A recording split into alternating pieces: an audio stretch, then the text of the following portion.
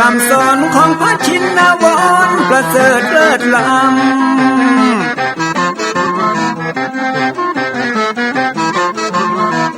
จักจุงจิตใจฮือออกจากธรรมบ่ฮือด่างดำโศกเศร้ามัวมองแสงแห่งธรรมะนั้นเป็นแสงทองส่องใจเรื่องร้องถึงวันค่ำเจ้า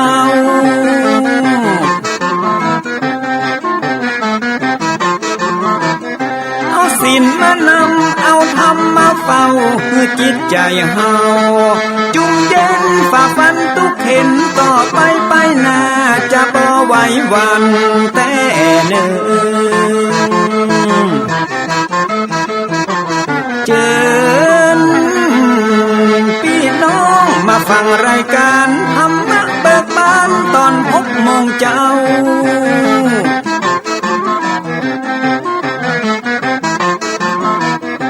ฟังธรรมปื้นเมืองอันเป็นแบบเบาท่านพระครูวิสิทธิ์ศิลาภรณ์ตั้งใจเจ้าคณะตำบลป่าแดดนอนในเจ้าอาวาสวัดวังสิ่งคำตนนี้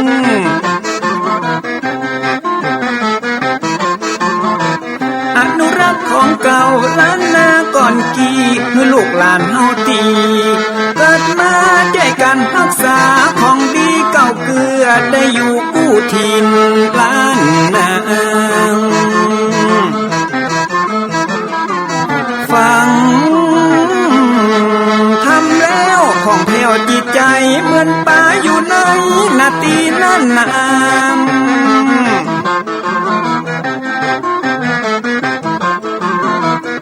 เหมือนไม้สลีอันมีไม้กำเหมือนเสืออยู่ธรรมดงดอยคุณเขาสุขของมนุษย์ยิ่งใจหมู่เฮาสุขที่ได้เอาธรรมะห่มตุ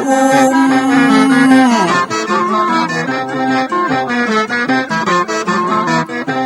ใจคนใดมีธรรมห่อหุ้มใจคนนั้นจุม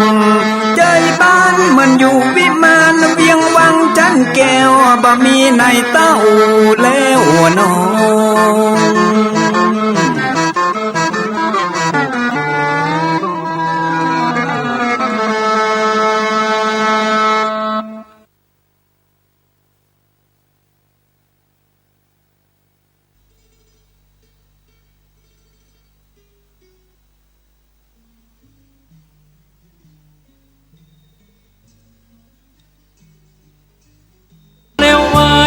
ตื่นขึ้นมาได้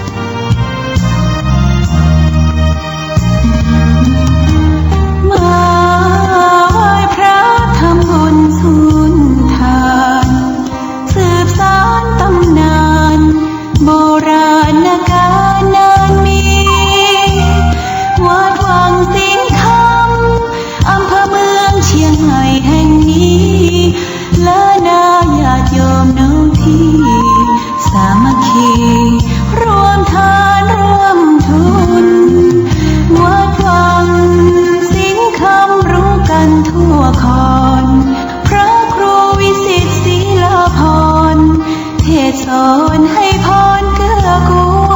ลเจ้าขนำตั้งบนป่าแดดหน่อเนื้อนาบุญเจริญพรญาติโยมคุณร่วมบุญร่วมแรงศรัทธาพระเจ้าทันใจคู่วัดวังสิงห์คำบารมีเลิศล้ำญาติโยมเลื่อมใสบูชาครูบาเจ้าศรีวิชัยให้พรมวลมิตรสิทธาพระประจำวันเกิดเสริมดวงชะตาให้อาหารปลาหน้าวัดสุขใจเชิญร่วมบุญสงน้ำพระธาตุน้อมใจอภิวาทขอบุญสุขใจสุขกายไหว้พระขอพรองค์พระเจ้าทันใจหลวงพ่อประเสริฐเจริญพรอวยชัยให้ท่านสุขใจทั่วกัน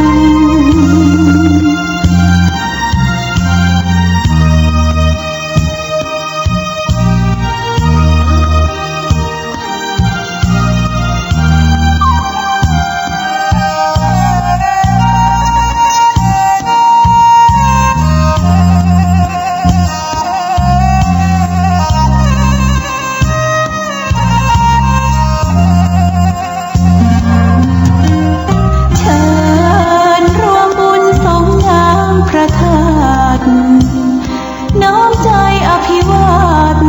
ขอบุญสุขใจสุขกายไหว้พระขอพรองค์พระเจ้าทันใจหลวงพ่อประเสริฐเจริญพรอวยชัยให้ท่านสุขใจทั่วกัน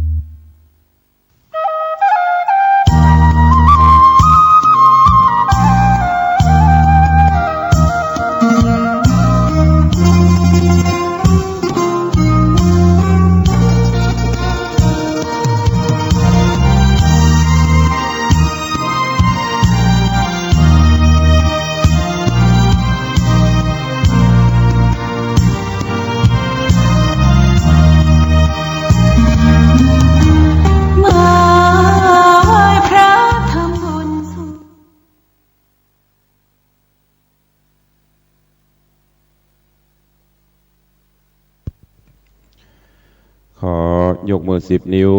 กราบนอบน้อมอย่างพระติรัตนเกี่ยวเจ้าตั้ง3 ประการ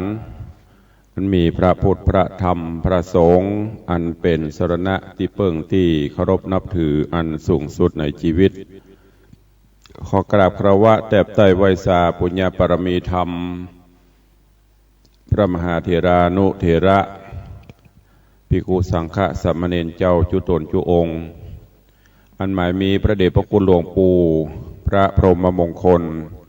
ที่ปรึกษาเจ้าคณะภาค7เจ้าอาวาสวัดพระธาตุเจ้าสลีศรีจอมตอง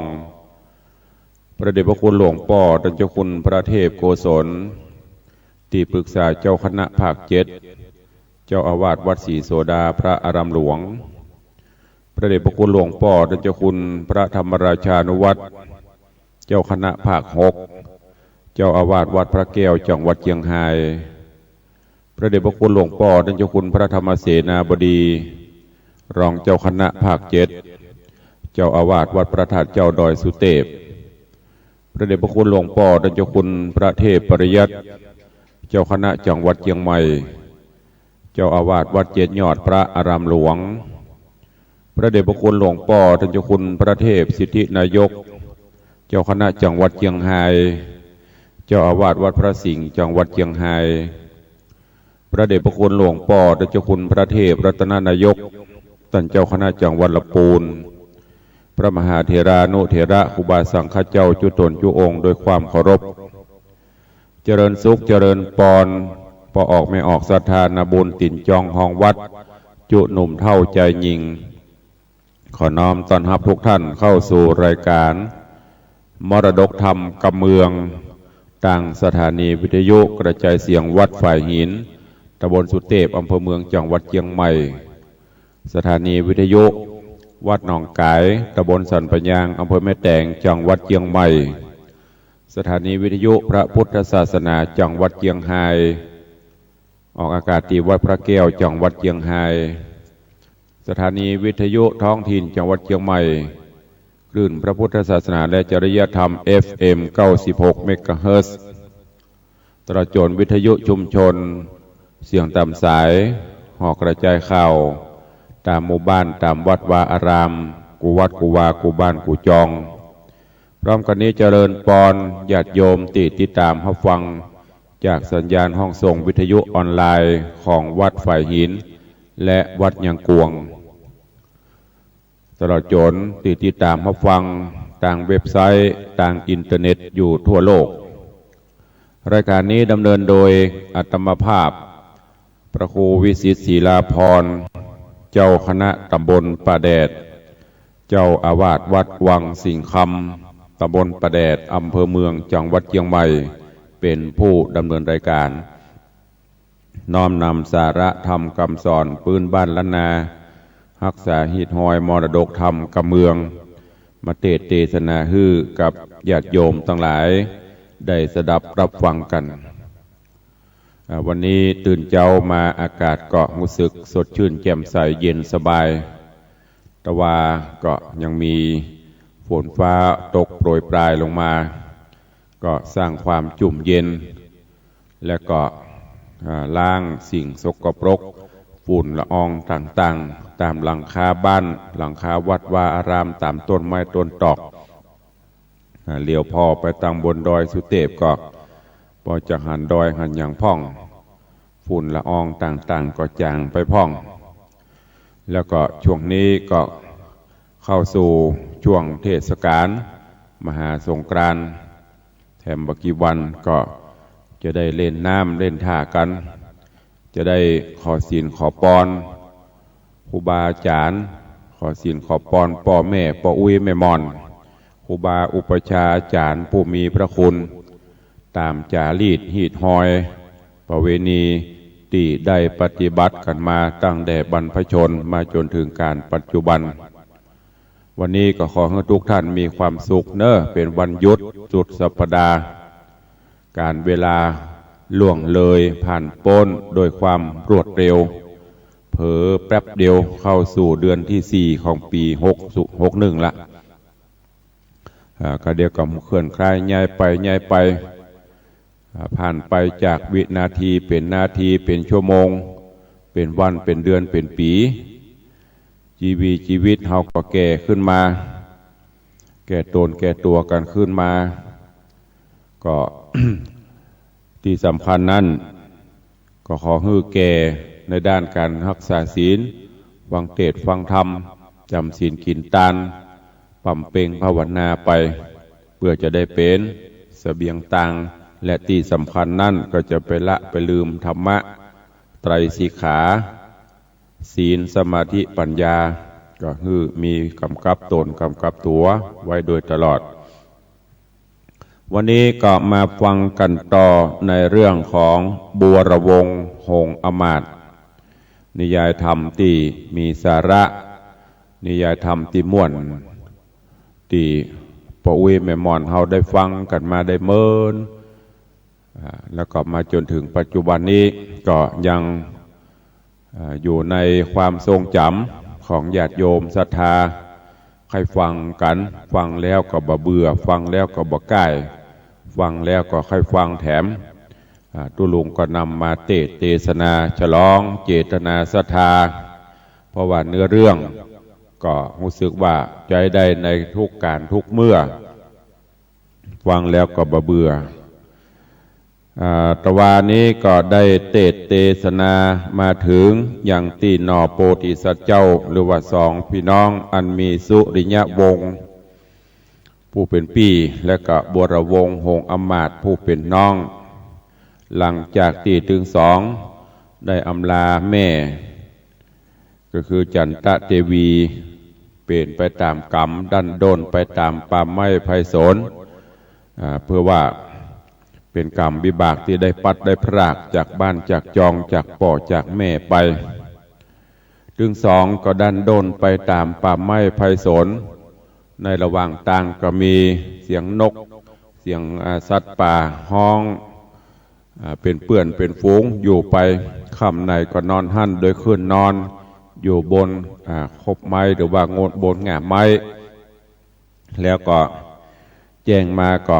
เดียวตาเดียวต่างกันต่อไปในระหว่างที่อยู่ป่าไม้ไพศาลก็กินหน่วยหมากหนักไม้เป็นอาหารไปจนกระทั่งบัดนี้ได้10 กว่าวันกึ่งเดือนปลายละสองกุมารก็ปากันที่จะในระหว่างต่าง ก็มีวิสุกรรมหรือว่าเทพบุตรก็ได้มาแถลงเปตคือถึงสองเพื่อที่จะได้ช่วยเหลือ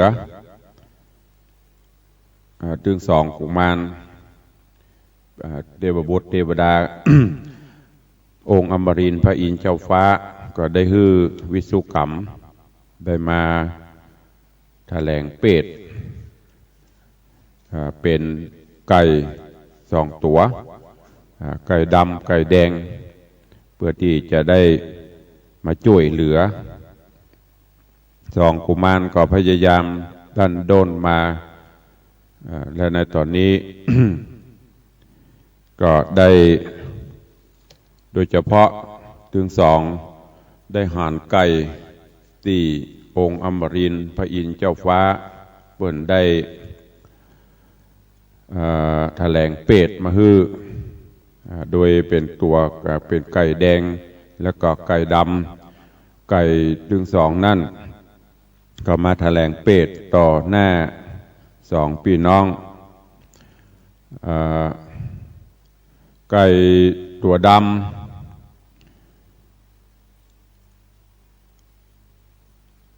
ไก่ตัวดำ ไก่ตัวแดงก็มาขันต่อหน้าแล้วก็บอกว่าถ้าใครได้กินยินฆ่าไก่แดงตัวนี้จะเป็นบุญเป็นกุศลแล้วก็ไปหน้าจะได้เป็นเจ้าฟ้าเจ้าแผ่นดินขันเสร็จแล้วก็ตกลงมาตายสองหน้าในส่วนของวิสุกรรมที่แถลงเปตเป็นไก่ตัวดำก็ขันต่อแหมแล้วก็บอกว่าถ้าไผ่คนใดหนุ่มเท่ายิงใจที่ได้กินจีนฆ่าไก่ดำตัวนี้ก็จะตุกจะเป็นตกตะกรรมลำบากหน่อยแต่ว่าไปหน้าไปตาก็จะได้ยศถาบรรดาศักดิ์ได้เป็นเต้าเป็นขุนไปหน้าขันเสร็จเรียบร้อยแล้วก็ตกลงมาสองหน้าตึงสองคือสุริยะวงศ์กับบัวระวงศ์สองพี่น้องก็มาพอกึดหันแล้วก็หูที่ไก่ได้ขันได้บอกฮือกับป้ากันกึดว่าเราจะเอาไก่ตัวนี้ไปต้มไปกินกันเนาะจากนั้นก็ตึงปลากันเอาไก่เนี่ยไปต้มปุ่นตีไก่แม่น้ำพอต้มสุกดีเรียบร้อยแล้วตึงสองก็มากินไก่คนละตัวตามกรรมวิบากนอตสปนก็คือบัวละวงหงอมาตย์เท่านี้กินไก่ตัวดำส่วนปีคนเก้าคือสุริยะวงศ์ก็กินไก่ตัวแดงจากนั้นแล้วก็ปากันดันโดนเดินตางต่อไปก็ไประหว่างทางก็ไปหันปูหันปลาอย่างต่างๆมาจนกระทั่งบัดนี้ปุ่นเข้าไปถึงเมืองไปถึงบ้านถึงเมืองต่างๆที่เมืองปัญจละนครพุ่นละณที่เมือง ปัญจลนครนี้ก็มีพญาเจ้าเมืองชื่อพญาจันตราชแล้วก็มีมเหสีชื่อว่านางสัมมุขีอยู่ด้วยกันด้วยความผาสุกจื่นบานแล้วก็มีลูกสาวคนเดียวชื่อว่านางนาถปทุมมาลูกสาวของพญาจันตราชกับนางสัมมุขีใหญ่หน้ากล้าบานขึ้นมาจนอายุได้16 ปีก็หูยังศีลธรรมต่างๆที่เอามาใช้ในการประพฤติปฏิบัติแล้วก็ เมื่อพญาเจ้าเมืองอยู่ไปอยู่มาก็ถึงแก่พิลาไลตายไปส่วนเมื่อในพญาเจ้าเมืองตายแล้วก็เกิดความทุกข์ระกำลำบากเกิดขึ้นเพิ่นก็แต่งดาเอาราชวทราชรสไปเสาะพอว่าใครที่มีเตจะฤทธีที่จะมาเป็นเจ้าบ้านเจ้าเมืองโดยใช้วิธีแบบโบราณนำปลาเอาราชรสเนี่ยพร้อมกับเครื่องทะลงต่างๆก็เอาใส่รถไปแล้วก็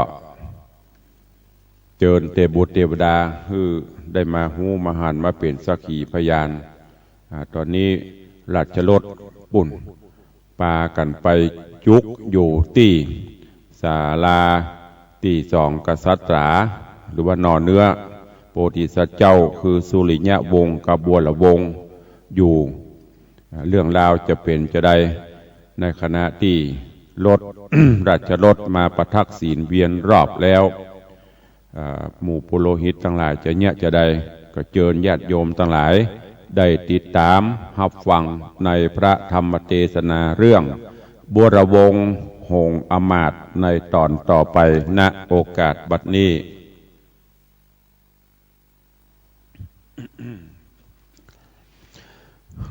นะ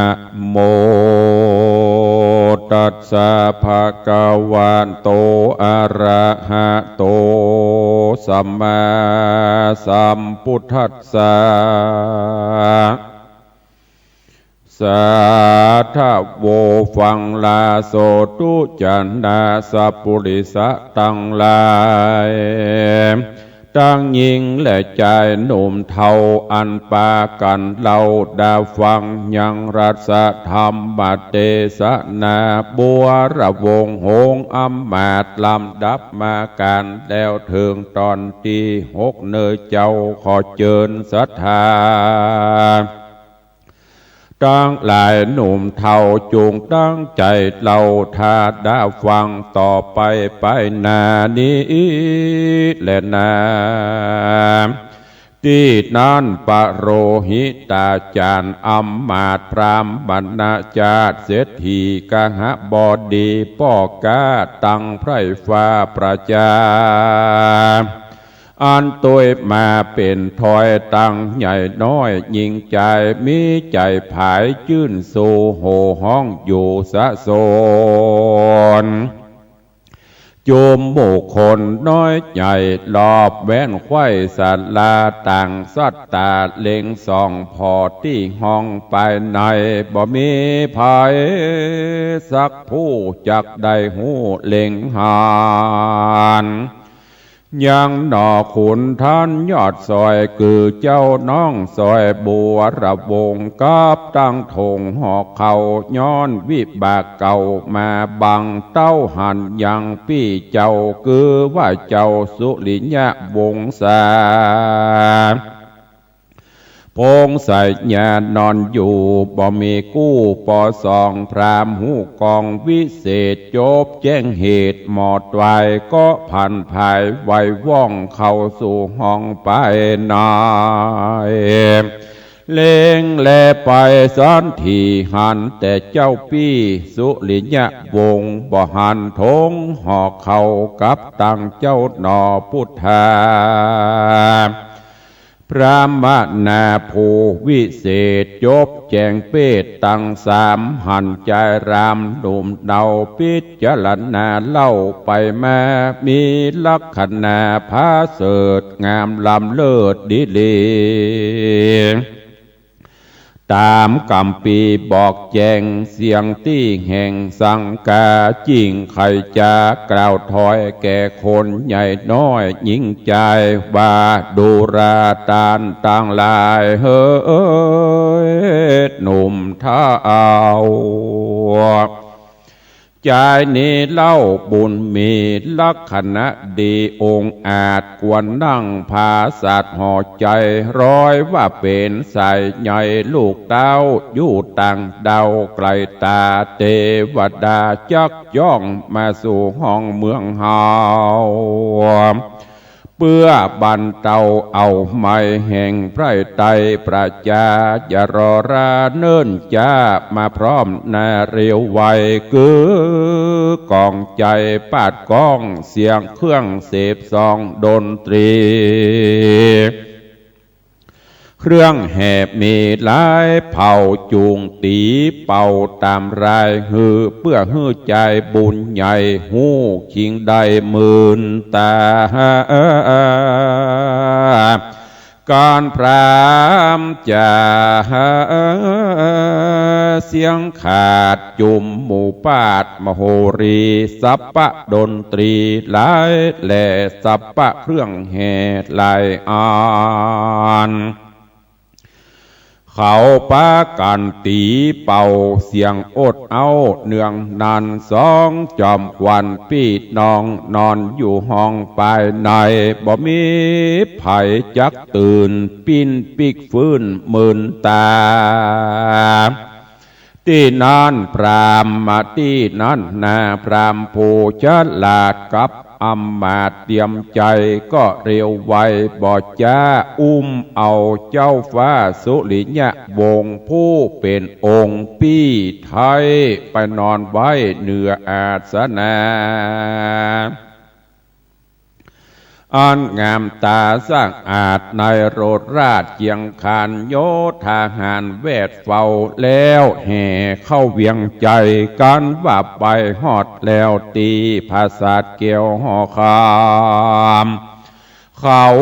ก็นำขึ้นสู่อย่างที่อยู่โรงกันแล้วป้ากันอยู่เฝ้าทรงเสพเจ้าบุญเรื่องเสียงนั้นเนืองบอกขาดส่วนเจ้าน้อยนาดบุญมีก็ยังรับดีสอดเสียงวันรอดตึงเสียงวันรอดตั้งคืนก็มีหันและนาตีนี้จักวันนาจะต่อซึ่งเจ้าหนอพุทธาวิบากมาตึงหอดเข้านอนจอดศาลากับผาตาปี้เจ้าวิบากเขาบันดลบ่หือคนน้อยใหญ่ได้หูควายเล็งหานเสียงเนื้องนันโห่ห้องดังมีกองธรณีนอปุรีตั้งกู้ยังลับอยู่เหมือนตายกันคนต่างหลายหนุ่มเทาเอาพี่เจ้าพรากเสียตนนอตาจะปนไปหูยังลับอยู่สันดีถึงร้อยตรีมืดค่ำตาวันต่ำตกดินนอดนรินจริงฟื้นสะดุ้งตื่นมื่นตา เลงไปมาทวนทีบ่หารปี้สายใจบ่มีภัยสักผู้จักเป็นกู้เตรียมองหานแต่โถงห่อเขาบ่หันพี่เจ้าแดนใดเจ้าลุกไปฟังเฝ้าเสาะไข่ดาวสาลาใจเววาไววันเนื้อตัวสันตังเคียงเจ้าบุญปิงเรียกร้องเสียงตอบทองบอกมีมาตุกเครื่องกาลายแหล่ชลาแผ่ไปในน้ำตาไหลบอกเหือดห้อนไม่เดือดเลือลายรีผ่านภายสอไซบ่จวบใดแดนใดริร่ำไรกล่าวถอยมีบอดน้อยลายประการก็มีหันและนา ตามัดทางปะกาเซนโตสัทธาอาหาสัทธาสัพปัญโยยอดซอยหันบาดถอยบาลีบทหลังมีไปแจงพระจริงแสงเตสัตนาวาโสโหปะปูจิตวาภาตะลังอาปัสสันโตดังนี้เป็นตนภิกขเวทดุราภิกขุตั้งหลายอันคงควายไข่หอดอมตะยอดเนรปา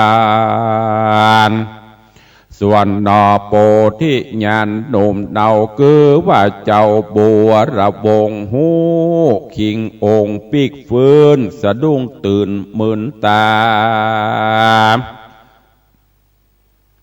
ลูกขึ้นมายามค่ำตะวันต่ำหายโหนบ่หันตนพี่ไทยอยู่ที่ไกลกองตายินสั่งกาหลายหลากว่าเจ้าพี่พรากไปนายเจ้าลูกไปไหวว่องเสาะไขว้ห้องศาลาแล้วออกมาไปนอกเสาะหลายปอกหลายโหนบ่หันตนเจ้าพี่มีอยู่ที่แดนใดใครกำไปเรียกร้องเสียงตอบทองบ่หันมีเจ้าเครื่องขี่มาดไม่ร้องล่ำให้ปริเวทนาว่าสันใดจะดังอีกกูเกิดมาจากนี้เป็นคนตุกหลายโหนนักแก่ได้พรากแม่เตวีพรากจากปุรีเตตต้องดันเถื่อนทองกูอาดงพรายเตียวตั้งไกลมาฮอดเข้านอนจอดศาลาบานีนาเจ้าพี่ได้มาหลีกลี่นิหายบาปสั่งใจสั่งหลายแต่ก่อนมาไล่ต้นต่อโจรสันได้ตนพี่ไทยละน้องไว้หนีไกลจากมีภัยต่างห้องมาเป็นเพื่อนป้องภายผันอาศจันหลายหลากพี่น้องพรากเมืองมาดันดงหนาป่าไม้15 วันไข่เติงตันได้ป้ากันมาฮอดเขาย่างจอดสาลานอนหิมฝาปั้งคางตั้งกล่าวอังไข่กามอีดนานนำแต่เล่าเอาใต้เข้าหนุนหัวบัดนี้ตัวปี้ขาหายพรากนาไปหน่อยหรือมีภัยมาฮอดหันราตอดตนลับลวดจับยับปี้ไทยไปเป็นข้าใจกระตำการหรือคนสามานบาปเศร้ายับปี้เจ้าบุญมีไปเลี้ยงผีปามใบหรือคนบาปใบปาราจักจูงปาเตียวสอดหรือผี5 วอดเอาไปหรือใส่จะปีจะเอาไปขอเข้าไปตาอันมาหรือสาวโสภาแม่ห้างมาลูบมั่งจริงโจมป่าอุดมปี้ไทยไปซ่อนไว้ไกลทรงหรือวาดลงอาบน้ำงูเงือกซ้ำคบตาย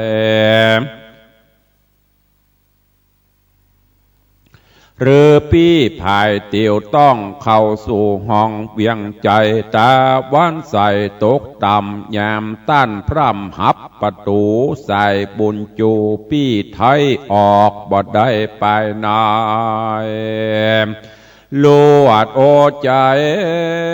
ยังถ้าบ่ปอกแน่คืนมานั่นจะหนอพุทธาตี้ไวห้องห้ำไห้แสบสะแวงหา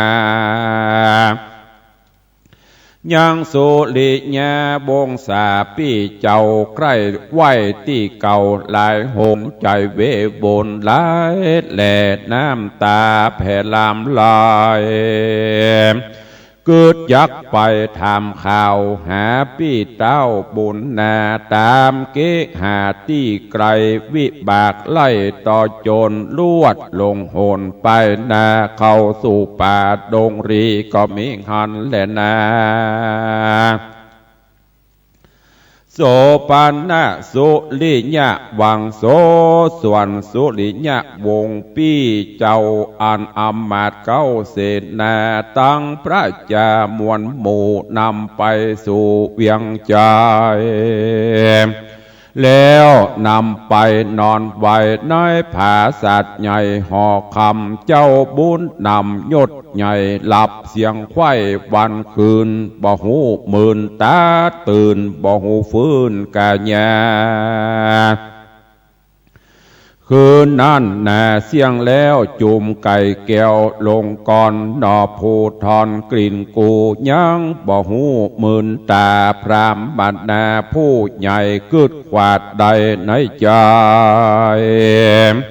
จริงฮืดนางในภาษาดไปอภิวาททูลสายังนางปฐุมมานาไทยขอบมาไว้อธิษฐานตามโบราณแบบเบาห้อยฮีดเก่าเดิมมาส่วนสายสะมอนยอดซอยงามจื่นจ้อยปฐุมมาก็ไกลกราบไหวว่องมาสู่ห้องหอคำหันเจ้าบุญนำน้อยนาดลักษณะอาจเหลือตามีสีเนหาเกิดตองในแห่งห้องหอละทายเมหัวจะหายใบวันหักเจ้าเจียงจันองค์คำจริงยกมือตำวังกล่าวนบน้อมเล่าอธิษฐานว่ากันสมปานแห่งคากับเจ้านอดลาจอมควันได้ห่วมกันสร้างไว้ตั้งแต่ไทยเมื่อนานแต่โบราณจาดแล้วบอกกราดแกล้วหายสูญขอหนอคุณคำมื่นจูงรีบตื่นมื่นตาลุกขึ้นมาอย่าจะฮือหันตอดหน้าบัดเดียวนี้แดดเตอะกันนางอธิษฐานเสียงขาดหนอเจ้าน้อยนาดสุริยะวงศาก็เหมือนตาบอดจ้าตามนางยอดฟ้าอธิษฐานหนอผู้บานยศใหญ่หูขิงได้บัดเดียวจริงรีบเร็วลุกนั่งกึดสลังสั่งกาว่าสันได้จ้าเป็นดังอีแต่ก่อนกี่วันอ่อนได้เตียวจอนหิวหอดเข้านอนจอดสลากับคณิษฐาน้องลาบาดนี้เล่าสันใดมาอยู่หอใจภาษาดงามสะอาดเหลือตามีสาวโสภายอดซอยงามจื่นจ้อยเปิงแปงมานั่งแฝงตี้ไก่มีอำมาตย์ใหญ่โยธาดังเสนาหนุ่มเทาวางเวทเฝ้าในการเต้าบ่หารน้องไทยอยู่ที่ไกลเตรียมองค์ใจเวโวนไว้บันกึดสอดดันไหลอานหรือว่าฝันจากไว้ย้อนต้องภายมาไกลเหตุไปในสวรรค์เหตุไปไหนสวรรค์ฟุ้งมีหื้อจิตใจคุงรับฝัน หน่อหอจันน้อยนาดบ่เสียงขาดสงสัยจิ้งจากใครถามเราหือหูเก้าตามมีดีนันเสนาบดีผู้ใหญ่ก็ขาบไว้ทูลสาไขขี้ยาบอกเราตั้งแต่เก้าถึงปลายโดยปาลิใหญ่หลายและบ่เวนแว่บทใดฮือจอมใจจอมไตยศใหญ่หูแจงไฟจุประการแล้วก็มาทูลสารแถมเราขออาราธนาเจ้าบุญมีภาปุลีแผ่นกว้างเป็นเจ้าจ้างปัญจลนกรก็มีวานนั่นแหละนะดูราสะปุริสะตั้งหลายตั้งยิ่งใจหนุ่มเทาส่วนว่าเจ้าสุริยะวงการหูคิงองค์สะดุ้งตื่นหายแจ้งจื่นความฝันพอบ่หารน้องไทยอยู่ที่ไกลเตรียมโตนหารรีปนมวลหมู่แวดล้อมอยู่นำแน่จริงได้ถามเศษนาหอในว่าใจคนใดองค์อาจเป็นน้องราชตัวเฮาสองปิงเป่าพี่น้องนอนอยู่ห้องศาลาบ่นี้นาน้องขาหายพรากนาไปไหนหรือเสนาหน่อยน้อยใหญ่ละน้องเฮาไว้ศาลาบ่นำมาเป็นกู้ฮือได้อยู่จอมกันจุงไข่ป้อนบอกกล่าวฮือหูข่าวตามมีตี้นั่นเสนาบดีผู้เฒ่าก่อนนบเกล่าวทุนสารว่าโยธาหารน้อยใหญ่พร้อมไพร่ไตประจาไปถึงศาลาตีจอดหันแต่เจ้ายอดองค์เดียวบ่หานโจมจะเดี๋ยวน้องไทยที่อยู่ที่ไกลเตรียมตนจุมรีปนหนุ่มเทาจริงอันเจิญเจ้านำมาสู่พังกะภาษาทขอเป็นเจ้าราชสะบวยเมืองกับนางบนเรืองหนุ่มเนางามบ่อเศร้าปทุมมาฮือประจาไพร่ตายหายหมุนไม่เครื่องขี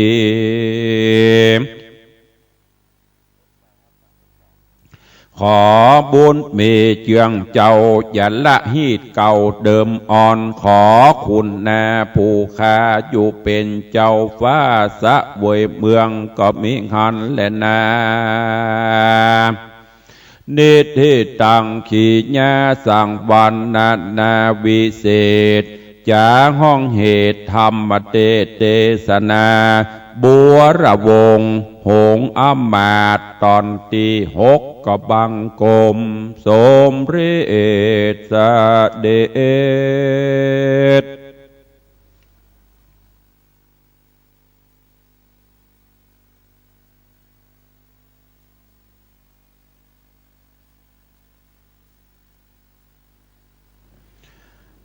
ญาติโยมศรัทธานาบุญทั้งหลาย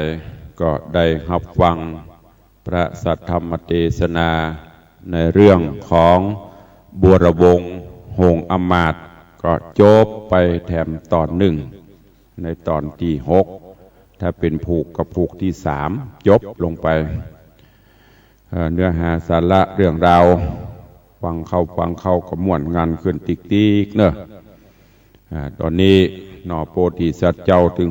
2หลังจากที่ได้ดันด้นไปตามป่าไม้ไผ่สนพดไปถึงเมืองปัญจละนครจึงเมืองปัญจละนครนั่นพ่อพญาแม่พญาก็ได้ลารับสังขารตายคือพญาจันตราชกับแม่นางสัมมุขีแต่ว่าที่เมืองปัญจละนี้ก็มีลูกสาวชื่อว่านางปทุมาจนลูกสาวใหญ่หน้ากาบานขึ้นมา เจ้าบ้านเจ้าจองหูจะเนี่ยจะได้ก็จึงปากันแต่งรถรางแล้วก็เอาเข้าของสัมปติเครื่องทะลงใส่จากนั่นก็นำปาอธิษฐานจิตคือรถไปเสาะหาผู้มีบุญที่จะมาเป็นเจ้าบ้านเจ้าเมืองแล้วก็ย้อนกล่าวถึงสองพี่น้องคือสุริยะวงศ์กับบัวละวงศ์หลังจากที่ดันโดนไปในป่าเขาลำเนาไพรพักแรมแก่มฮืดนอนค่ำไหนก็นอนหั่นต่ำง่าไม้คบไม้แล้วก็ไปพบไปปะโดยเฉพาะองค์อมรินทร์พระอินทร์เจ้าฟ้ากับวิสุกรรมแถลงเป็ดมาเป็นไก่ดำไก่แดงแล้วก็บอกโดยภัยกินไก่ตัวดำตัวแดงจะเป็นจะได้คนกินไก่ตัวดำจะคนไก่กินไก่ตัวแดงจะได้เป็นเจ้าบ้านเจ้าเมืองส่วนคนที่กินไก่ตัวดำนั่นก็จะต้องตุกเหี่ยก่อนแล้วไปหน้าจะได้ดิบได้ดีจากนั้นก็เมื่อกินอิ่มน้ำสำราญก็เตียวไปดันโดนไปจนไปถึงปณศาลาประกอบกับราชรถต่างๆเหล่านั้นก็กำลังเคลื่อนมาเทพบุตรเทวดาก็ได้มาปกปักรักษาสองหน่อโพธิสัตว์แล้วก็โดยเฉพาะเป็นบุพกรรมที่สองพี่น้องจะได้ต้องได้ปัดได้พรากจากกันแหมก็เลยอำพรางเมื่อเสนาอำมาตย์แห่งเมืองปัญจละมาถึงรถมาถึงก็อำพรางคือหันเฉพาะปี้ก็คือสุริยะวงศ์ส่วนบัวละวงศ์นั้นเปิ่นพางตาตาไว้บหารเหล่าข้าทาสจะบริพารเสมาอำมาตย์ผู้ใหญ่ที่มาบหารหันกาสุริยะวงศ์พอหูยานก็เคยเข้าไปเอาสุริยะวงศ์มาใส่ราชรถแล้วก็ป้ากันแห่เห็นเต้นแต่สุริยะวงศ์กับบูตัวนอนลับจนไปถึงบ้านถึงเมืองพุ่นละถึงปัญจละนครเนี่ยใดกับตื่นก็เลยไปบอกลูกสาวของพญาเจ้าเมืองก็คือปทุมาพ่อมากวยเหรอปทุมาเข้ามาก็มาอธิษฐานจิตเมื่อหันแล้วเกิดปฏิภักษ์ฮักใคร่ขึ้นทันทีกับอธิษฐานจิตว่าหากแม้นบุรุษท่านนี้เป็นกู้เป็นกีมเคยห่วมกินห่วมสร้างห่วมตาลโดยบุพเพสันนิวาสไม่ใช่บุพเพสันนิวาสในหนังเนอะบุพเพสันนิวาสเคยกินเคยห่วมกันมาก่อนก็ขอเมื่อได้ปิกได้ฟื้นได้มาเป็นเจ้าบ้านเจ้าเมืองเนอะสิ้นกรรมอธิษฐานไปสักกรรมต่างสุริยะวงศ์ก็ฟื้นคืนตื่นขึ้นมาตกขป่านี่ก็คือสะดุ้งระเวงระโหนนั่นนะเป็นบักเฮบเก๋ เพราะว่าตะวานอนศาลาปุ่นในป่าปุ่นวันนี้มาอยู่ในหอปราสาทราชมณฑีแวดล้อมด้วยเสนาอมาตย์ได้จะได้ก็ว่าเป็นบ้านเก่าเมืองเก่าเฮากะก็พลาดพเลดลุกนั่งก็ถามตึงปทุมาถามตึงมูนั่นก็ได้เนื้อความว่าแล้วเอามายังเบา น้องเขามาตัวน้องเขามีไหนหมู่เสนาอมาตย์บหารหันก้าอันโตตันเจ้านอนอยู่ในศาลาฮะนะหมู่นั้นบหารไผ่หุงห่อเข้าห่อคิ้วกับบหารฮิโลเปิ้นกำลังสอบถามกันไปก็เดี๋ยววันพุธก็ฟังกันต่อเนอะจะได้สรุปละเอียดกว่านี้แหมน้อยแล้วก็จะได้เข้าสู่ในตอนต่อไปคือกับญาติโยมทั้งหลายได้สดับรับฟังกันม่วนขึ้นละเนอะวันนี้ละบ่ได้วางบ่ได้วันนี้ก็ขอปูงวางไว้เต้าอี้ก่อนแล้วก็เจ้าต่อไปก็ค่อยฟังกันเนอะก็ขออนุโมทนาขอบคุณเนอะกับญาติโยมศรัทธานาบุญเขาท่านทั้งหลายที่ได้ติดตามรับฟังกันมาวันนี้ก่อนที่จะได้พูดจากันก็ขอประชาสัมพันธ์ข่าวสารงานบุญกุศลที่เพิ่นฝากมาคือกับญาติโยมทั้งหลายเนอะได้โมทนาสาธุร่วมกิจกรรมร่วมการร่วมงานในวันที่8ที่จะถึงนี้ก็ที่วัดโลกโมลีเนอะเชิญชวนญาติโยมทั้งหลายร่วมการร่วมงานทำบุญประจำปีวันกตัญญูต่อบรรพชนผู้สร้างโลกตลอดจนงานทำบุญอายุวัฒนมงคลของท่านเจ้าพระครูไพบูลย์เจติยรักษ์ดร.พระมหาพระประหลัดดวงค เชิญร่วมบุญกุศลกันในวันอาทิตย์ที่8ที่จะถึงนี้ตัวเองแล้วก็ที่วัดใจสถานเจดีย์9 ยอดกับวันที่8เช่นเดียวกันจะมีพิธีทำบุญสืบโหราชะตาสะเดาะเคราะห์เลาะน้ำขจัดปัดเป่าสิ่งอัปมงคลชั่วร้ายต่างๆโดยหลวงปู่พระมงคลสิริหรือว่าหลวงปู่ครูบาอินคำได้นิมนต์พระสังฆเจ้าประมาณ200 กว่ารูปทั่วสังฆมณฑลโหนแห่งห้องเขตสระปีมา เจริญพระพุทธมนต์แล้วก็จะมีพระเดชพระคุณหลวงปู่พระพรหมมงคลหลวงปู่ทองมาเป็นประธานตัวเชิญญาติโยมทั้งหลายเนอะไปร่วมกิจกรรมร่วมการร่วมงานร่วมพิธีที่วัดใจสถานเจดีย์9 ยอดตำบลใจสถานอำเภอสระปีโดยพร้อมเพียงกันตัวแล้วก็เชิญญาติโยมทั้งหลายเนอะร่วมโมทนาสาธุในการทำบุญทอดผ้าป่าสามัคคีเพื่อสมทบทุนจัดซื้อที่ดินเป็นที่ธรณีสงฆ์ของวัดโต่งหมื่นน้อยตำบลหนองหานอำเภอสันทรายซึ่งต่างท่านเจ้าบดิกาชันโรงหรือตุปีโต้งนักเตะของเมืองเหนือเฮาก็ได้เชิญชวนญาติโยมได้ร่วมกันตานผ้าป่าซื้อที่ดิน2 ไร่กว่า2-3 ไร่เนี่ยจำมาได้ที่เพิ่นจะตานไปที่ธรณีสงฆ์ของวัดโต่งหมื่นน้อยเนอะกำหนดการวันที่13ท่านใดมีเจตนาใครร่วมบุญกุศลก็ไปได้ที่วัดโต่งหมื่นน้อยตำบลหนองหานอำเภอสันทรายหน้ามหาวิทยาลัยแม่โจ้ แล้วก็วันที่9เชิญชวนร่วมงานประเวณีส่งน้ำพระธาตุเจ้าเจดีย์วัดเจียงยืนและก็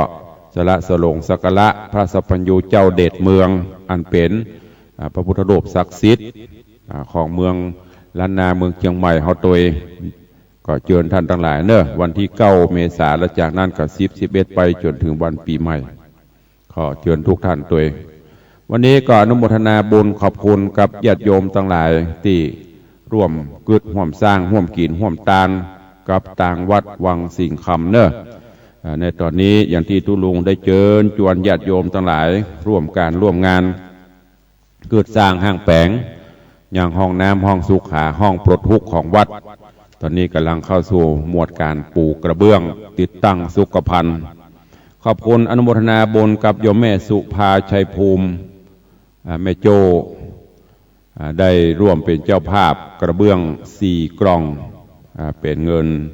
600 บาทขอบคุณอนุโมทนาบุญมาณโอกาสนี้ตัวเนอะเหลือเวลาแถมประมาณ 2-3 นาทีญาติโยมท่านใดจะแจ้งผลการรับฟังหรือใครห่วมเป็นเจ้าภาพงานก่อสร้างห้างแปลงที่วัดวังสิงห์คำก็ดีตลอดจนร่วมถวายทานเจดีย์ทรายโอกาสปีใหม่เชิญเข้ามาได้เนอะแต่ว่ามีโอกาสไปพบไปปะครูบาอาจารย์ท่านเจ้านักปราชญ์ราชบัณฑิตหลายท่านหลายคนแต่ว่าได้เป็นนั่งอูนั่งจ่ากับอาจารย์ดร.วิโรธเจ้าของรายการสารธรรมที่เปิดออกอากาศทาง104ก็ได้อูได้จ่ากันตลอดจนท่านอาจารย์ดร.มหาดวงรัตน์หลายรูปหลายตน ตุปีจิตชื่อเป็นแต่อย่างก็ประลัดก็ลืมไปละชื่อแต่วัดจังกองคนว่าโอ้ฟังหลวงพ่ออยู่เนอะกูเจ้าฟังหลวงพ่อคู่รายการก็ขอบคุณกับท่านเจ้าวัดจังกองตัวท่านอาจารย์ประลัดดุสิตชินะพุทโตหรือตุปีจิตวัดจังกองก็ได้ไปพบไปปะงานไปถวายนี่ไปถวายมุทิตา